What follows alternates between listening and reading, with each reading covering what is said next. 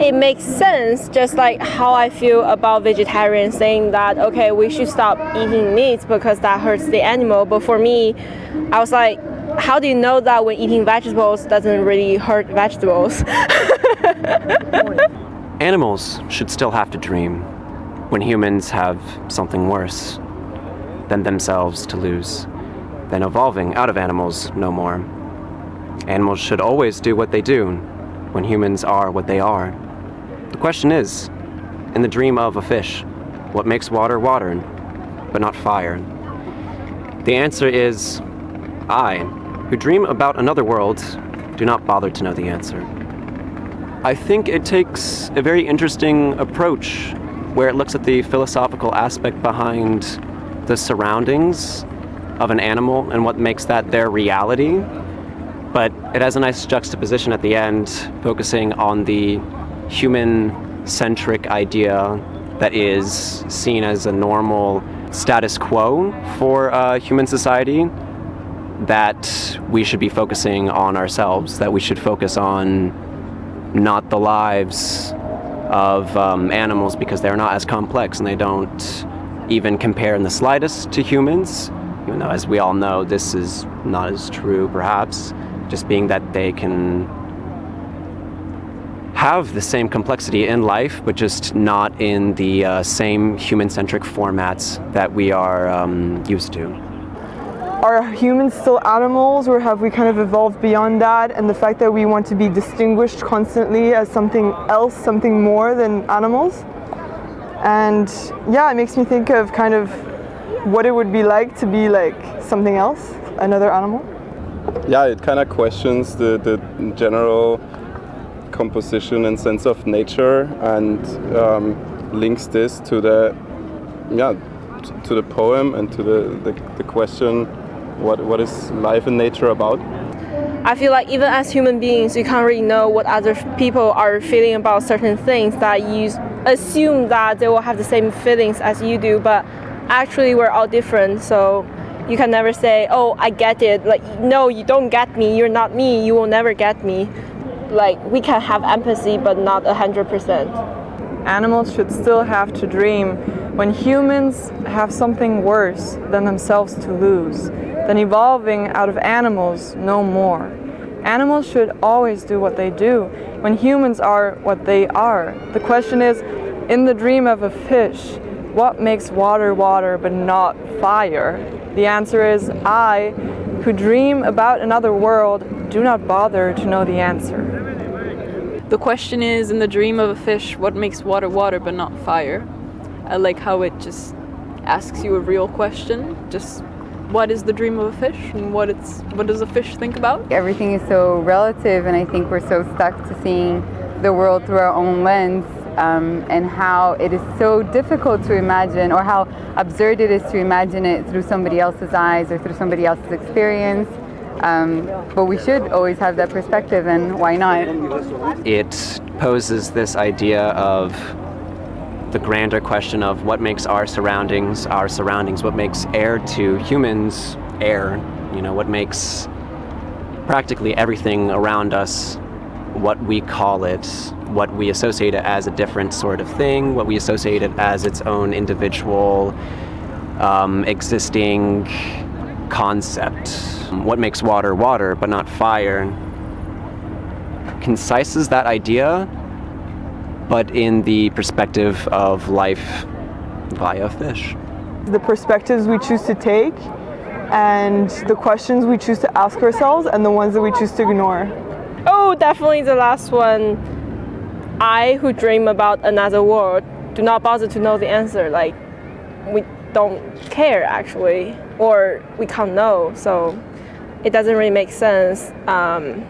It doesn't make sense for me to bother. Well, it makes sense for me to bother to know what's the answers like for the others, but I don't think I'll ever get the answer, so it's kind of meaningless to me. I do not bother to know the answers, kind of like, yeah, well, why should we question everything and not just like be ourselves and let things be water or fire or whatever it is.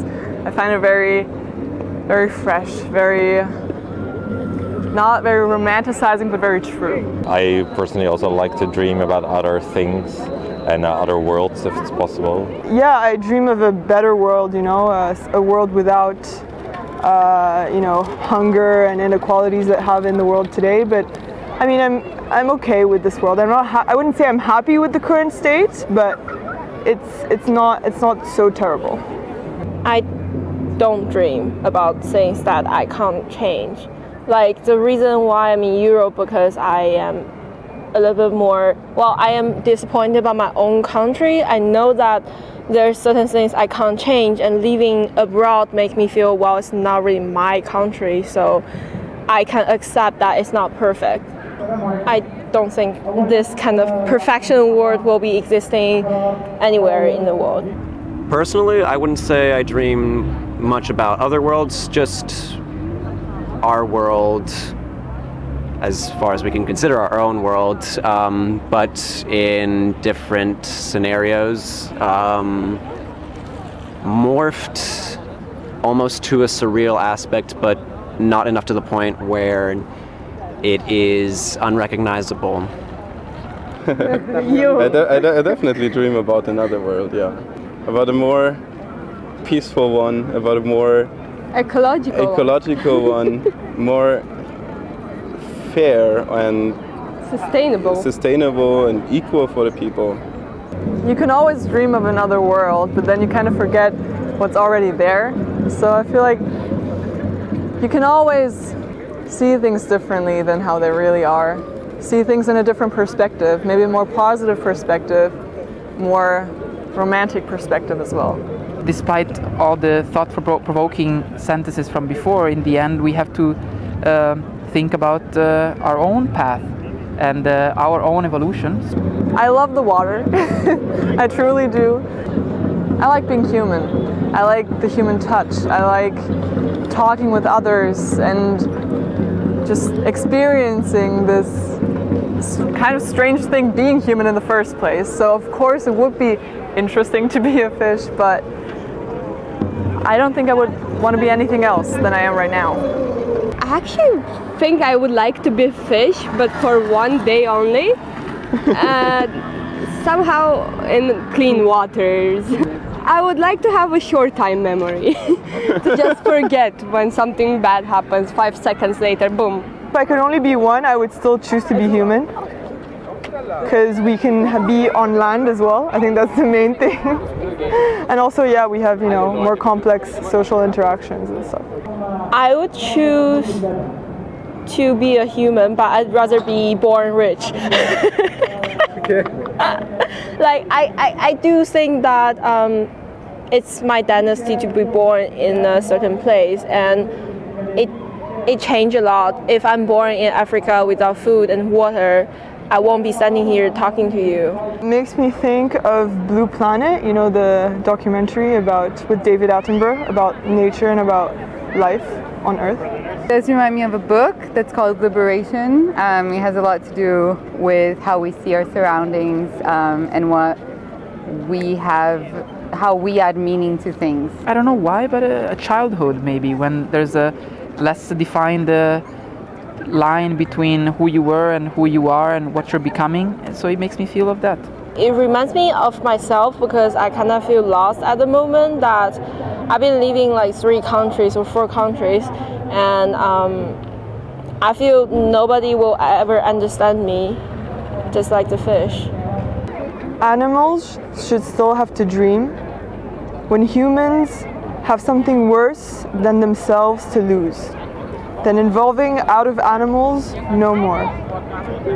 Animals should always do what they do when humans are what they are.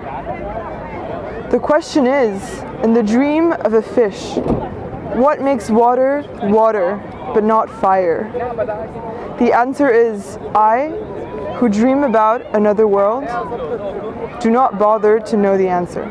You break the same sentences into small lines and you change the line. It really emphasizes certain words more than others. Like, for example, having I in one line and having a fish in a separate line, it really makes you kind of pause and think about it more. The isolation of the I is also pretty intense. So the one thing that I noticed when I read the poem was the shape of it. It's wavy. kind of like the ocean, but also kind of like our thoughts. So we go up and down and how deep we analyze things and how we can, I guess, digest them. So individualization of the person or the subject, so the fish eye, to kind of change perspectives of who we're trying to get into the minds of next. The elements that are explanatory in the poem, so fish, people, water, fire, all such natural elements that kind of bring us back to the roots of nature, where we come from, which I also think is very, very powerful. The contrast between animals and man, some very opposing elements, lose, worse, no more, that makes you feel about, in a way, actually, a kind of pessimistic, give you a pessimistic view of the meaning of life, perhaps. This tendency that gives emotion through the power of opposing words. For me, it doesn't rhyme, but I like this type of structure. It's actually difficult to read because it breaks in words. It's not, it doesn't have the same rhythm as a generic poem would have. It's not cliché for sure. Like I said, it's difficult to read, but it makes it something special. It actually makes you read the words more carefully.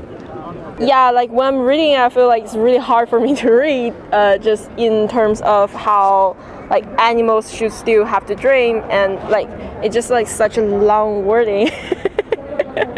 So yeah, I can read it silently, but when I have to read it loud, it's kind of my tongue is losing control. In a not practical way, but I won't say that it's bad because its poem is not supposed to be catchy. I wouldn't talk like that normally, but this way it like kind of gets to the point. See the photo of a man standing, I think maybe thinking about the world as it is. That's what I get from it. It's dark, so I guess he's lost in thoughts maybe, looking for the lights in the world. The first thing I think is what we were discussing now, the opposing parts of life. From one side we see a very straight line, almost perfect line on the right side, in a way Greek perfection, and on the left side we can see the defects, the bending of the body, which is maybe connected to the more imperfection aspects of life. I definitely see this contrast as well between straight lines and curves, which is something that I also see, from the poem, like straight and curvy, like so the wave motion that we're talking about, and it's interesting to connect it as well to the natural elements that we were seeing, so fire, water, animal, human. I do think it's an interesting connection. It's not an obvious connection for me, but I think it's interesting to connect the feelings and the roots of the poem to it. The fish is straightforward. The fish lives his life and he has dreams and he doesn't want to be eaten, and this is the first dream of his life.